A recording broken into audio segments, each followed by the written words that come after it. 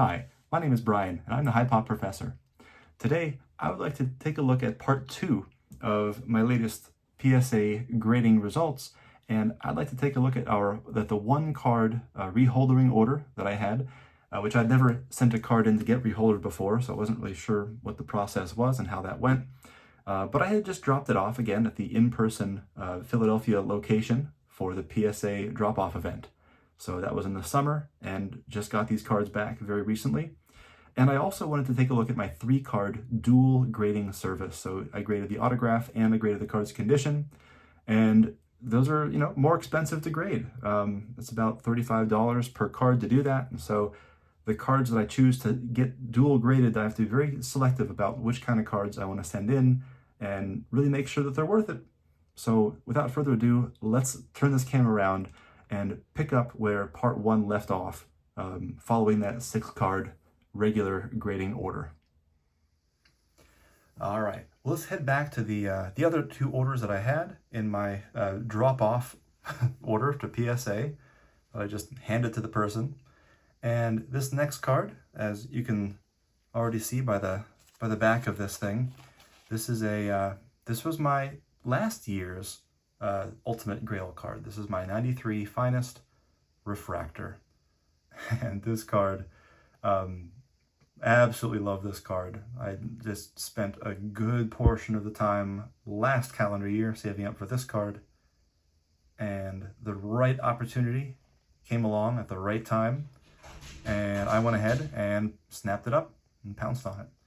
So this card, I did not get it graded. I just got it reholdered. It was in an older slab, and I went ahead and just got it transferred over to the Lighthouse label. But man, this card is a true beauty. What an iconic set. What a hobby famous set. Some might say the set that started it all as far as the modern hobby is concerned. Purportedly 241 of each of these made.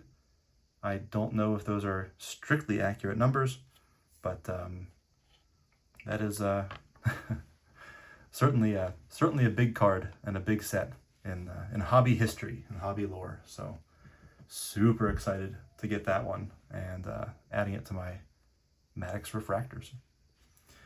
All right, and now there are we have 3 cards here that were from a separate order, but still included in the same box that I sent into PSA sometime in the late summer. And these were dual graded. So these are both autograph graded and condition graded.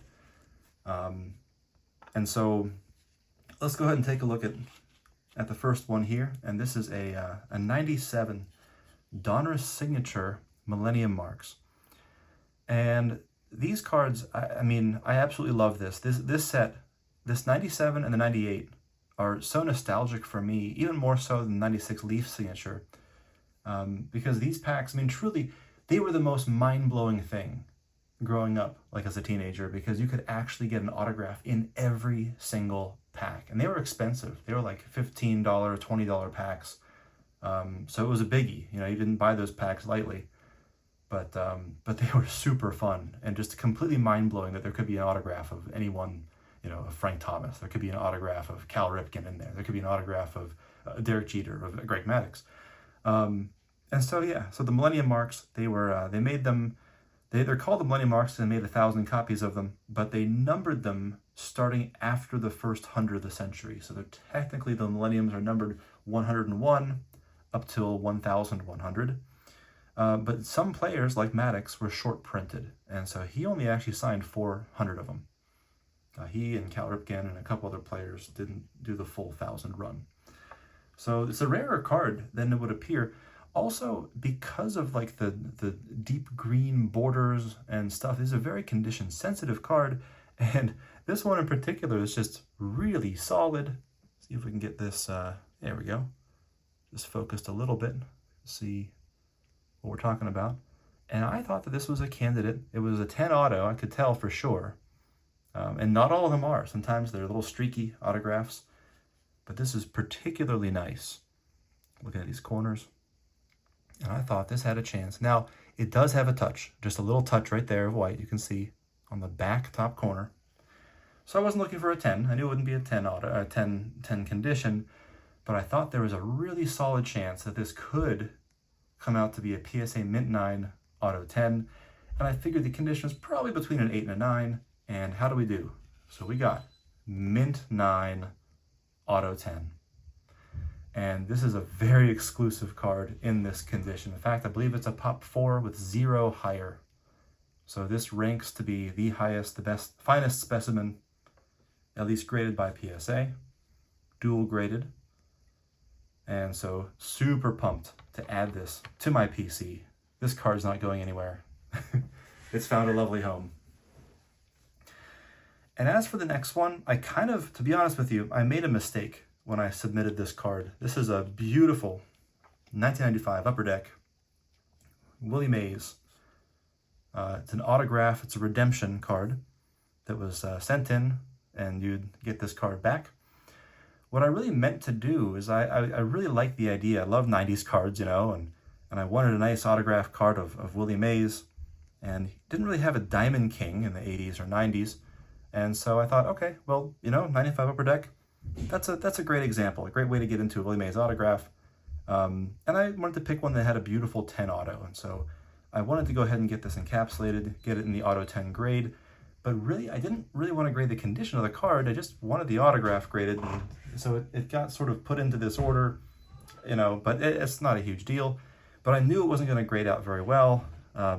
Basically, every single one of these dark corners on the back has a little touch of white on it, and so not going to be, you know, particularly great.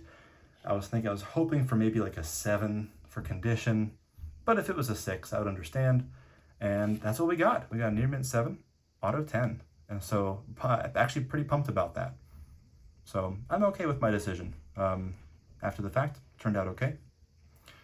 But this is also going to be a keeper, and so I'm not gonna sell this. Now this other card, kind of a strange one. This one, and along with the last one, you come with these Upper Deck stickers. You can kind of see the Upper Deck authentication stickers already on there. And this is the final card. Is this Alex Rodriguez 94 Upper Deck? And you can see this is the alumni rookie card. Although it's funny, they don't call this the rookie card because he has another card earlier in that set that's like the Future Stars, that's like the foil board one, similar to the one that Michael Jordan had in this 94 Upper Deck set. And anyway, yeah, this is a certified one. Again, I just like the look of this card. I thought it was great. It's a classic nostalgic rookie card that he signed, beautiful, bold. I knew it was going to be a 10 auto. And so I bought this card. I won an eBay auction for, I think, a really screaming good deal. I think this was like $45 or something like that. And again, it was, you know, raw, but it had the Beckett, or the Upper Deck, excuse me, sticker on there. So I wasn't worried about it. And then I took my jeweler's loop to this thing when I got it in and said, hey, you know what? Yeah, I might get this, you know, slabbed up as Auto 10. And then the more I kept looking at it, the more I'm like, you know what? This card is like really sharp. Like it's really, really sharp. And so I was thinking, you know, if it's a Mint 9 with an Auto 10, that's going to be, you know, a really nice, a really nice value bump. And who knows? And the more I kept looking at it, I was having a hard time finding anything wrong with this card until I guess the bottom corner. If I get the light on there, I'm not sure if I can see it. There's just a touch on that bottom right corner.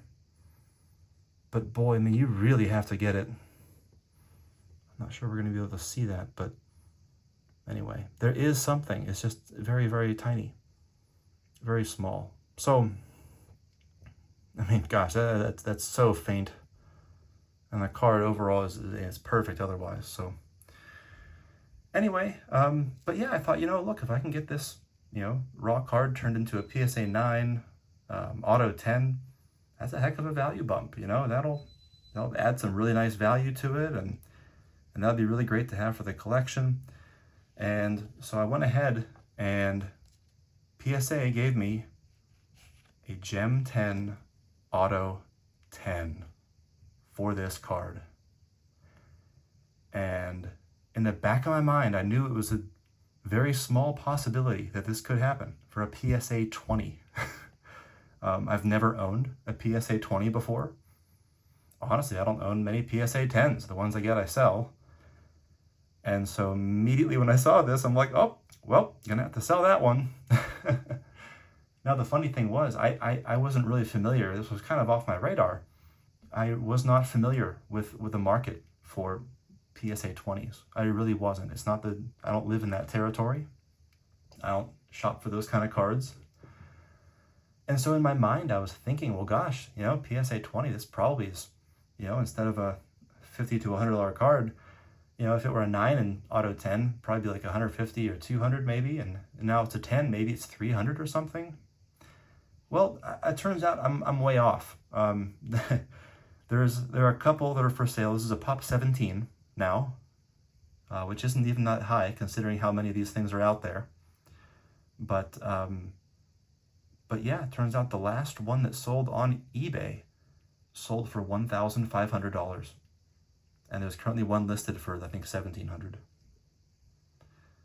So, yeah, imagine my surprise. And right now, I'm just thinking about what the very next big grail card for my PC that I'm going to be trading this or selling this to get the money for.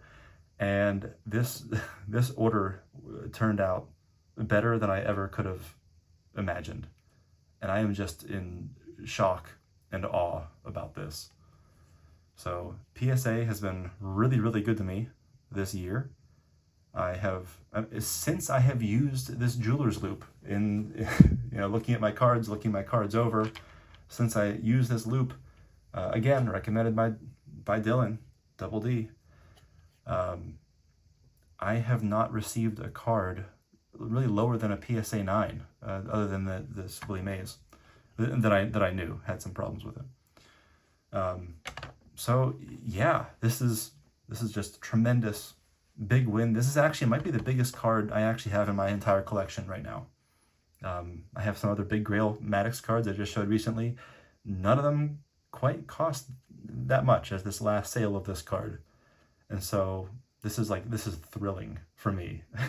So hey, if you know anybody who's in the market for a really beautiful Gem 10 Auto 10 PSA 20 A-Rod rookie that has the Upper Deck sticker on there, yeah, let me know.